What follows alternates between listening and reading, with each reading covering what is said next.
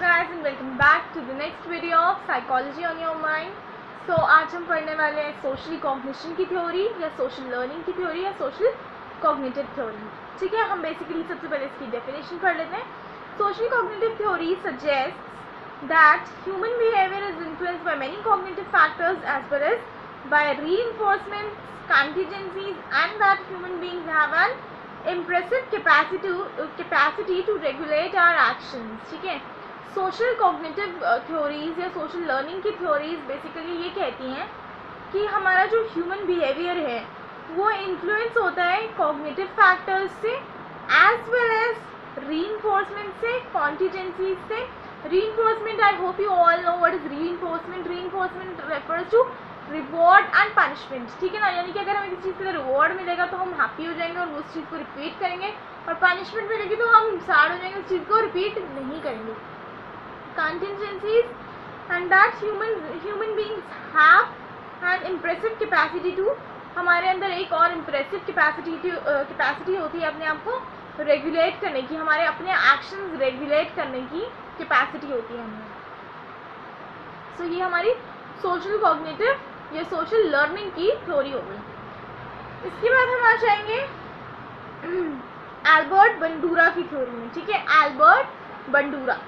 So Bandura places that emphasis,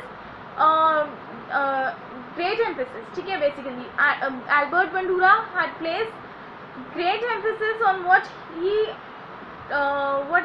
terms the self system. उसने एक self system बनाया. ठीक है, self system. In Bandura's social cognitive theory, the set of cognitive processes by which a person perceives, evaluates and regulates his or her behavior. ठीक है, Bandura की theory में social cognitive theory वो होती है जो कॉग्निटिव प्रोसेस होते हैं जिसमें कि एक पर्सन परसीव कर रहा होता है, इवैल्यूएट कर रहा होता है और रेगुलेट कर रहा है अपना खुद का बिहेवियर. ठीक है, बंडूरा की कॉग्निटिव थ्योरी में The set of cognitive processes by which an individual, self system, नाम से ही समझ में आ रहा है कि इंडिविजुअल अपना खुद का कि वो क्या चीज़ परसीव कर रहा है, वैल्यूएट कर रहा है या रेगुलेट कर रहा है, वो उसकी अपनी बॉडी अपने बिहेवियर के थ्रू रेगुलेट करेगा वो. ठीक है ना, वो दूसरों के ऊपर डिपेंड नहीं होगा, ज़्यादा ऑब्जर्वेशनल लर्निंग नहीं करेगा इन द सेंस. ठीक है, खुद ही सोशल लर्निंग पे फोकस करेगा. सेल यहाँ पर भी लिखा हुआ है the cognitive process by which a person evaluates, perceives and regulates his or own behaviour so that it is appropriate in a given situation. यानी कि अपनी किसी भी गिवन सिचुएशन में अपना बिहेवियर को मेंटेन करना, that is known as self system.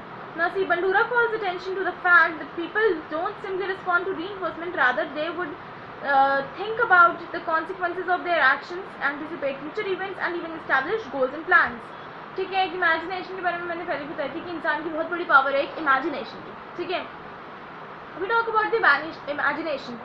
सो हम लोग क्या करते हैं कि अगर हम कोई भी चीज़ या कोई भी एक्शन लेने वाले होते हैं तो हम पहले उसका कॉन्सिक्वेंसेस इमेजिन करने लग जाते हैं कि अगर हम ऐसा करेंगे तो ऐसा होगा, आगे क्या होगा, सजेस्ट मतलब पूरा अपने फ्यूचर इवेंट्स को वो कर लेते हैं, गोल्स को, प्लान्स को, एक्शंस को, हमारे एक्शन के कॉन्सिक्वेंसेस को, हर चीज़ को प्लान कर लेते हैं. अगर हम कोई एक छोटी सी चीज़ भी सोचते हैं तो ठीक है ना, हम सिर्फ रीइंफोर्समेंट से भी नहीं होते हैं. ठीक है, इन्फ्लुएंस, हम बहुत सारी चीज़ों से इन्फ्लुएंस होते हैं. ठीक है, इसके बाद if we come to the next part, in addition they engage in self reinforcement. According to Bandura हम लोग क्या करते हैं अपने आप को, जो स्पेशली जिनका सोशल लर्निंग और कॉग्निशन वाला पार्ट ज़्यादा बहुत एक्टिव होता है, they what they use to do is self reinforcement. यानी कि नाम से ही समझ में आ रहा है, a process in which individuals reward themselves for reaching their own goal. ठीक है ना, अपने आप को खुद ही अवॉर्ड करते हैं फॉर रीचिंग देयर गोल.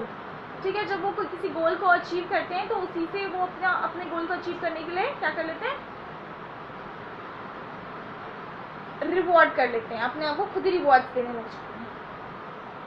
ठीक है, सो ये हो गया सेल्फ रीइंफोर्समेंट. इसके बाद हमारा एक चीज़ आएगी फीचर में. Another important feature of Bandura's theory was observational learning. Cognitive theory तो हमने पढ़ ली, अब एक चीज़ और आएगी ऑब्जर्वेशनल लर्निंग. ठीक है, ऑब्जर्वेशनल लर्निंग में क्या बोला है इसने, जो कि हम ऑलरेडी इसमें वैसे चैप्टर 5 में ये बता चुके हैं, इसलिए हम ऑब्जर्वेशनल लर्निंग पहले वाले पेजेस से करेंगे. ठीक है, basically I was on page number 410, I forgot to tell. ठीक है, page number 410 by Baron book. ठीक है, वैसे सबको पता ही होता है क्योंकि you all have already studied it in your classes. This is just a side way to understand it. ठीक है, सो बंडूरा की थ्योरी की हम बात कर रहे थे, तो observational learning also plays an important role, ठीक है, in Bandura's theory. A form of learning in which individuals acquire both information in new forms of behaviour. पहली वाली इन्फॉर्मेशन भी होती है और इनके अंदर फॉर्म्स ऑफ बिहेवियर करने की भी कैपेसिटी आ जाती है, ठीक है। So this is observational learning. So observational learning के पेज नंबर 173 पे हमें वो मिलने वाले हैं, ठीक है, फैक्टर्स ऑफ ऑब्जर्वेशनल लर्निंग। सो आगे हम 173 पे की फैक्टर्स इन ऑब्जर्वेशनल लर्निंग, ठीक है, 173 पे है, सबसे ऊपर ही है, टेबल बना हुआ है। Observational learning is affected by several factors or sub processes. The most important of these are summarized, ठीक है। So observational learning, if we talk about observational learning, acquisition of later action of new information, behaviors or concept demonstrated by others. Acquisition मतलब कि अपने अंदर ले लेना किसी चीज़ को, ठीक है। Of and later action of new information, या कोई नई इन्फॉर्मेशन लेना, बिहेवियर या किसी कॉन्सेप्ट की जो डिमॉन्स्ट्रेट, जो कि दूसरे लोग हमें वो कर रहे हो, डिमॉन्स्ट्रेशन इफेक्ट हो हमारे ऊपर, मतलब कि दूसरे लोगों को देख के हमने सीखा हो कोई चीज़, ठीक है। इसके 4 फैक्टर्स हैं, मेनली सब प्रोसेसेस है। Attention, the extent to which we focus on others behaviour, सबसे पहला पार्ट है अटेंशन। इसका मतलब क्या है, the extent to which we focus on others behaviour, वो एक्सटेंट जिसमें हम फोकस करते हैं दूसरों के बिहेवियर में। Retention, our ability to retain a representation of others behaviour in memory, कि हम कितना रिटेन कर पा रहे हैं दूसरों का बिहेवियर अपनी मेमोरी के अंदर, ठीक है। उसके बाद you have production process, our ability to act on these memory representation, हमारे दिमाग में वो आ तो गई, अटेंशन दे दिया, रिटेंशन भी हो गया, प्रोडक्शन भी हो गया उनका। प्रोडक्शन कैसे होगा, मतलब basically our ability to act, हमने कैसे क्या सीखा है उनसे और उसको हम अपनी लाइफ में इम्प्लीमेंट कैसे करें, ठीक है ना। जैसे कि मैं बहुत सारी बातें पढ़ा रही हूँ, psychology involves everywhere, as I have already told it so many times, psychology involves everywhere, psychology involves everywhere. So आप किस तरीके से साइकोलॉजी को अपनी लाइफ में इम्प्लीमेंट कर रहे हो, आप शायद ये सुन रहे हो, टेंशन दे रहे हो, रिटेंशन कर रहे हो, अपने दिमाग में घुसा रहे हो, संभाल रहे हो, लेकिन क्या आप इस बात को अपनी लाइफ में यूटिलाइज कर पाओगे, दैट इज प्रोडक्शन प्रोसेस, ठीक है। Our ability to how we are able to act on these situations, ठीक है, हम इन सिचुएशंस का कैसे यूज़ कर रहे हैं अपनी मेमोरी रिप्रेजेंटेशंस का। The last one is motivation, the usefulness to us of information acquired. Motivation, as I have already told so many times, like without motivation nothing is possible, ठीक है। So you can't even take a glass of water if you are not motivated to do so, ठीक है ना। So motivation also leads to the usefulness, कि हमें कितना कैसे उसको यूज़ करना है, जो इन्फॉर्मेशन हमने एक्वायर करी है उसको कैसे यूज़ करना है, that depends on motivation level, कि हमारा कितना मोटिवेटेड है हम उस चीज़ को यूज़ करने के लिए, ठीक है। सो ये चारों factors lead to attention, retention, production process and motivation leads to observational learning. So ये ऑब्जर्वेशनल लर्निंग का हमने एक्सप्लेन कर दिया थोड़ा सा पार्ट, ठीक है। इसके बाद what you have next is, इसी का ही थोड़ा सा आगे पार्ट है, human beings observe others, they can learn from this experience and such learning can then play an important role in their own behaviour, ठीक है। मैं ऐसे नहीं करा रही हूँ कि मैं पूरा चैप्टर रीड कर रही हूँ, मैं थोड़ा जो इंपॉर्टेंट नोट्स हैं, पॉइंट्स हैं, वो रीड कर रही हूँ, you can mark in the book, ठीक है, and otherwise you can note it down also, ठीक है। I hope I am clear. So और अगर अभी भी किसी को कोई भी डाउट हो तो डोंट फॉरगेट टू कमेंट, ठीक है। आई एम ऑलवेज ऑनलाइन, ठीक है, हमेशा फ्री रहती हूँ, मैं देखती रहती हूँ, so you can comment and I will answer you, ठीक है। If you have any doubt any doubt regarding any of the chapters, ठीक है, you can anytime ask me if you want me to make videos on any of the topic, you can always ask me to in the comment section, ठीक है। So without wasting time, let's come back to the topic. So now another aspect of Bandura theory has that received most attention in the recent research in this concept of self-efficacy, ठीक है। An individual believes that he or she can perform some behavior or task successfully, ठीक है। Self-efficacy has been found to play a role in success on many tasks. Now see, people who handle stress effectively go better. Now see, अब मैं book से नहीं बताती, self efficacy last paragraph है, मतलब water की थ्योरी शुरू करने से पहले लास्ट पैराग्राफ है। सेल्फ एफिकेसी की हम बात कर लेते हैं, ठीक है। Self efficacy, individuals expectations concerning their ability to perform various task. Self efficacy क्या होती है, इसके एग्जांपल्स भी दूंगी मैं, 2-3 तो समझ में आ जाएगा कि इंडिविजुअल्स जब एक्सपेक्ट करते हैं कि या उनकी एक्सपेक्टेशंस क्या है, कंसर्न्स क्या है, कि वो अपना कैसा टास्क को परफॉर्म कैसे करेंगे, how they are actually going to perform a particular task. Individuals' expectations concerning their ability to perform various tasks, it is known as self-efficacy. ठीक है, so self-efficacy का एग्जाम्पल है, मतलब अगर हम अच्छा सोच के जाएंगे तो हमारे साथ अच्छा होता है, कि मतलब अगर हम बहुत कॉन्फिडेंस से, मान लो साइकोलॉजी का एग्जाम दे रहे हो, तुम बहुत कॉन्फिडेंस से बैठोगे और बहुत अच्छे से डील करने की कोशिश करोगे पेपर से, तो वो अच्छा जाएगा. On the other hand if will be demotivated कि पता नहीं मैंने तो पढ़ा ही नहीं है, मुझे तो पता ही नहीं है, मेरे को अपना टाइम वेस्ट नहीं करना चाहिए, मैंने तो लास्ट मिनट पढ़ा, 2 दिन पहले पढ़ा, तो your exam will not be better. ठीक है ना. तो जो हमारी अगर अच्छी एक्सपेक्टेंसीज होती हैं तो हमारा अच्छा हमारे साथ होता है. पीपल ऑन हेल्थ, उनके लोगों के हेल्थ इश्यूज भी बहुत ज़्यादा सॉल्व हुए हैं. You know, law of attraction, कि जैसा आप चाहते हो, you know, you are like a magnet, you are attracting whatever you think. So if you think good you will attract good, if you think bad you will attract bad. So ये self efficacy वाली Albert Bandura की थ्योरी, इसमें self efficacy का मतलब भी यही है. बहुत सारे एग्जांपल्स हैं कि जो लोगों की हेल्थ के रिगार्डिंग भी, जो लोगों की हेल्थ बहुत ज़्यादा ख़राब हो जाती है या कम भी ख़राब होती है, जो लोग अच्छा सोचते हैं, पॉजिटिव सोचते हैं कि हम जल्दी ठीक हो जाएंगे, वो जल्दी ठीक हो भी जाते हैं. ऑन दी अदर हैंड जो लोग ये सोचते हैं कि हम ठीक नहीं हो पाएंगे, वो लोग जल्दी ठीक नहीं होते हैं और बहुत लंबे टाइम ले लेते हैं ठीक होने के लिए. सो ये भी हो जाता है. और अदर देन दैट स्ट्रेस, जो लोगों को लगता है कि स्ट्रेस, यू नो, जिन लोगों को यूज स्ट्रेस होता है that is okay, that which is perceived as within our coping abilities. जिन लोगों को डिस्ट्रेस होते हैं which are not within our मतलब कोपिंग एबिलिटीज, उन लोगों का स्ट्रेस भी बढ़ता ही चला जाता है और हेल्थ प्रॉब्लम्स भी आती हैं उनके साथ. ठीक है.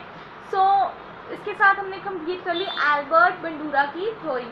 अब नेक्स्ट आ जाते हैं हम रॉटर की थ्योरी पे, जूलियन रॉटर की थ्योरी पे. ठीक है, ये भी एक सोशल कॉग्निटिव थ्योरी ही है.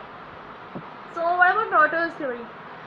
सोशल लर्निंग की थ्योरी है जूलियन रॉटर की. ठीक है ना. Basically he gave this theory 1954 to 1952. वैसे इसकी थ्योरी थोड़ी सी ऐसी सी है, बहुत कॉम्प्लिकेटेड सी है, समझ सी तो आती नहीं है ये. एंड द थिंग इज कि इसमें थोड़ा सा टेंशन एक्स्ट्रा पे करना पड़ेगा. बंडूरा की theory was quite interesting, Julian Rotter की थ्योरी इज़ क्वाइट बोरिंग, साफ सीधी बात. ठीक है. और अदर देन दैट रॉटर की थ्योरी को बहुत ध्यान से सुनना, इट इज़ इम्पॉर्टेंट. इसके 2 पार्ट्स हैं, इंटरनल्स और एक्सटर्नल्स, वो भी बहुत इंपॉर्टेंट है, 1 मार्क्स के लिए आ ही जाते हैं मोस्ट ऑफ द टाइम्स. ठीक है. So social learning theory proposed by Julian Rogers suggests that likelihood that a given behavior will occur in a specific situation depends on individual's expectancy concerning the outcomes the behavior will produce on the reinforcement value they attach to such outcomes, the degree to which they prefer reinforcer over another, one reinforcer over another. Now see, इन लोगों ने क्या, Julian Rotter की basically जो theory है वो इसके self efficacy की बाद आई. ठीक है. एल्बर्ट बंडूरा के सेल्फ एफिकेसी के बाद आई जूलियन रॉटर की थ्योरी.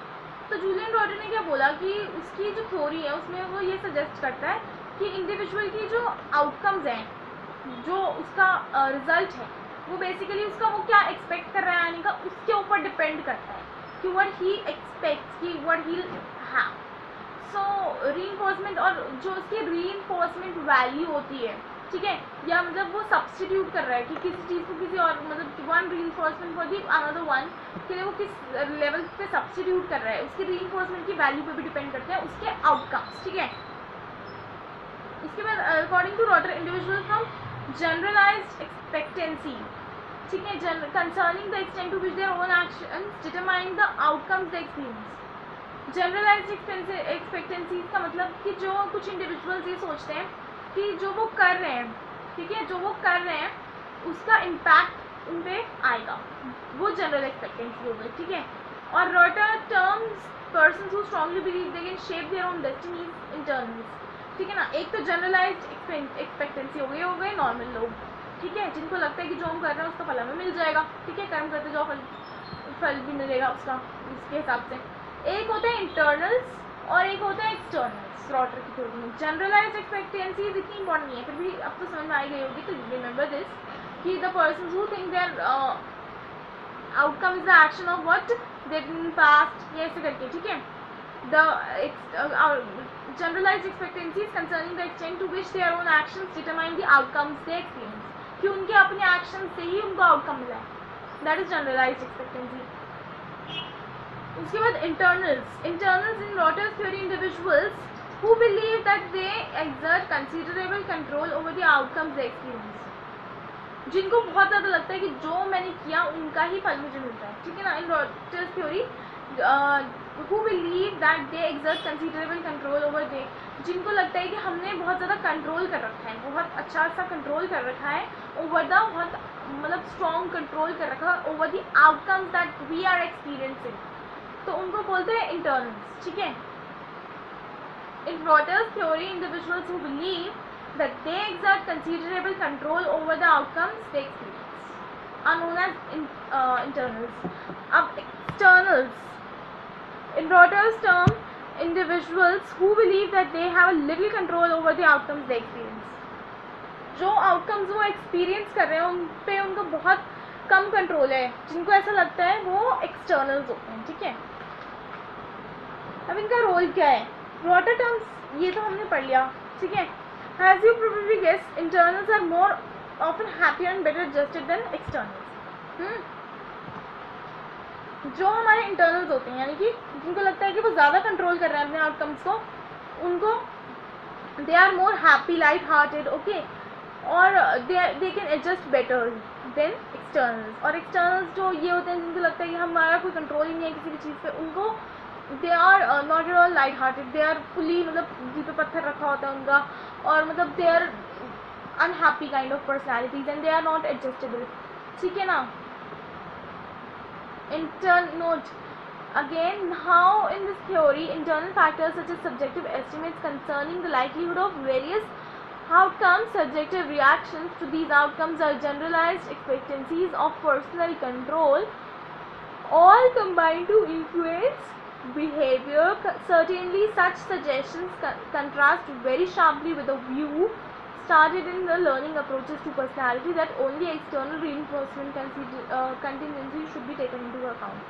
अब इससे क्या होता है, पर्सनालिटी की दो बातें प्रूव हो जाती हैं. पहले क्या लोग मानते थे कि सिर्फ हमें बाहर से एक्सटर्नल फोर्स मोटिवेट करता है, एक्सटर्नल रीइंफोर्समेंट मोटिवेट कर सकती है, तू पढ़ तू पढ़ तू पढ़ तू पढ़ ले, तू पढ़ता नहीं है, तेरे मार्क्स नहीं आते, ये हो गया. अब क्या हो गया है कि जो लोग ऐसे करते हैं, क्या बोलते हैं, लोगों को ये भी पता चल गया कि इंटरनली मोटिवेट करना ज़रूरी है, तभी कि तेरी अच्छी नौकरी लग जाएगी, वो ऐसे ऐसे करके कि उसको अपने आप से ही हो जाए कि मुझे पढ़ना है, ठीक है. सो ये थ्योरी इन बातों का सजेशन देती है. So that is it for today's video. अब नेक्स्ट उसमें हम दूसरी थ्योरीज पर. Thanks for watching.